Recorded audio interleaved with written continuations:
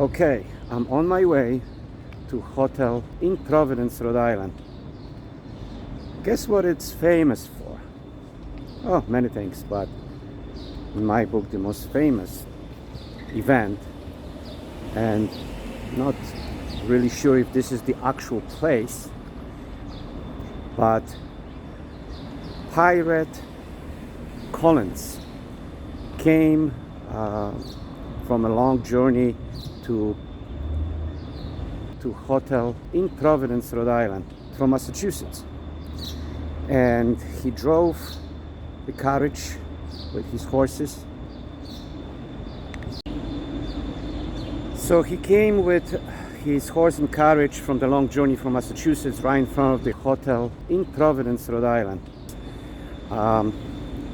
And I will tell you in a second what happened next. The inside of the hotel where the pirates stayed could very well look like here in Hotel Providence. So I'm standing here in front of Hotel Providence, a hotel that possibly did not look much different than Hotel Providence, where Pirate Collins arrived from Massachusetts with heavy load of treasure chest. And he prepaid for 30 days, looked like pirate, walked like pirate, and what happened next is very, very interesting. Are you enjoying the program so far? Then if you have not already, click subscribe so you won't miss any new vital information. As the stranger pulled in front of the hotel in Providence, he stepped down, and after making certain that horses were not badly shushed from the long journey from Massachusetts, he entered the hotel requesting a second floor room overlooking the street. The newcomer paid for 30 days in advance and signed his name in the register as Peter Gifford. The clerk couldn't help noticing the pistols and his pirate look. The stranger was very confident, had a very dark and almost evil, glistening black eyes, very sinister type of a look. He asked for help to carry his heavy chest up to his room, and so the men sent for two men. The two laborers came a few minutes later and started carrying a heavy, large wooden chest upstairs to his room. Names of these men were James Blake and Bernard Starkey. So with great difficulty, they wrestled the chest from the wagon and dragged it upstairs, pausing every few steps. And one of them asked why the chest is so heavy. And he was given an answer that this is none of his concern, and that the sooner they delivered it to his quarter, the better. So for the next several minutes, the men struggled step by step with the chest until they finally got it to the second floor, and they dragged it into Gifford's room. He gave each man silver coin and dismissed them. But before leaving, Blake asked again what was in the chest, but Gifford just shushed them out without answering.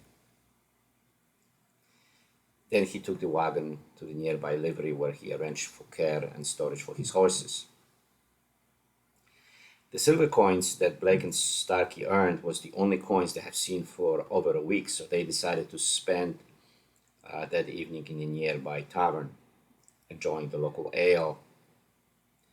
And so they discussed the stranger and what was in the chest. Two men agreed that, judging by the heavy weight and the sound made by the contents, it was certain that the treasure contains coins. And after long discussion, they decided to break into Gifford's room and see for themselves what was inside of the chest. They noticed that Gifford had a certain routine and left his room around dawn. Each morning ate breakfast, then went for a walk before returning to his room at 10.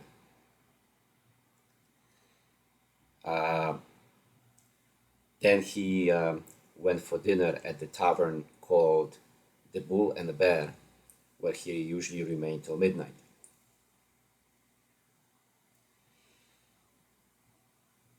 And one night, Actually, it was an evening while Gifford was eating his dinner in the tavern. A large man approached him with a angry red face, pointing finger at him, and said in a loud voice that he was a Peter Collins, the notorious pirate, uh, who he has attacked the ship on which the stranger was on. The large man who was accusing him, his name was McGinty, and he said the Collins attacked. He was a sailor on the ship. He said the Collins attacked the ship, tortured and killed everyone, and he hanged McGinty off the yard arm. But somehow, after he was cut down and thrown to the sea, he was able to survive. And after the pirates sailed away, he was able to reach the shore after 3 days, where he eventually was rescued by the British trading vessel. So while he was accused, Gifford was sitting quietly at the table, listening to the stranger's tirade, and all of a sudden, McGinty stopped closer to Gifford and, pointing at him, told him he was going to kill him with his bare hands. Gifford stood up, took his 2 pistols, and shot the man right in the chest. The holes were about inch apart in the center of his chest. After that, Gifford returned calmly to finish his dinner. Blake and Starkey decided to make a move and break into Gifford's room. They decided to create diversion and create a local fire. While the clerk from the hotel ran out to see what was going on, they entered the hotel room and went to Gifford's room, broke into his room and opened the treasure chest, and sure enough, there were hundreds, maybe thousands of gold coins. They started stuffing their pockets, and when they were done, they got up and turned to leave when they saw Gifford standing right there with pistols pointing at them. He ordered them to put the coins back in the chest and get out of town, or he would kill them. The 2 men were found dead. Gifford, in the meantime, packed up, left the hotel, went to Warwick, where he purchased a house. He would come back to Providence and only for supplies and books, and stayed a short while. That was going on for about a year until a local naval officer spotted Gifford in Providence and recognized him as Peter Collins, a pirate who was wanted for a variety of crimes: murder, kidnapping, robbery, and piracy. He was able to mount a local posse, and the next morning they left for Warwick to arrest Gifford. As they approached his house, he came out of his house and shot 2 of them, and then started running towards the backwoods, to the woods in the back of his property, where he was shot. Upon questioning Gifford's servant about his chest, because they couldn't find it in the house anywhere, the servant said that Gifford hired local men to excavate a hole somewhere on the property between the house and the shore nearby Greenwich Bay in the woods. He actually watched the 2 men drag this chest into the woods, but the servant never saw the excavation, had no idea where it might be located. The 2 men that were helped to bury the treasure chest were found dead 1 week. They were both shot in the head. They searched the woods, but they couldn't find the excavation. 1 year went by, and so most likely the site was probably grown over with vegetation. As far as we know, the treasure has never been found, and the contents is believed to be gold coins, estimated to be worth many millions of dollars. So we are here on the site in Auckland Beach. This is one of the possible location that is describing between the property and East Greenwich Bay, that the big treasure chest is buried. So this is the Auckland Beach side. The other possible side is Warwick Neck, and we will go there next.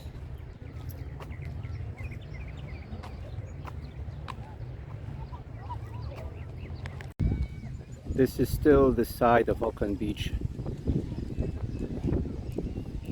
Just showing you the possibilities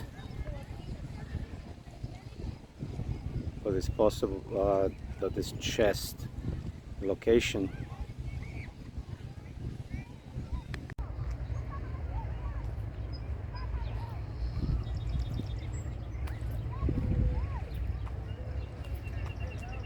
It's a beautiful day today.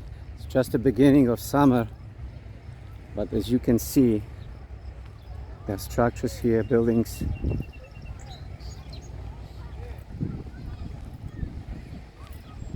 It could be this particular area.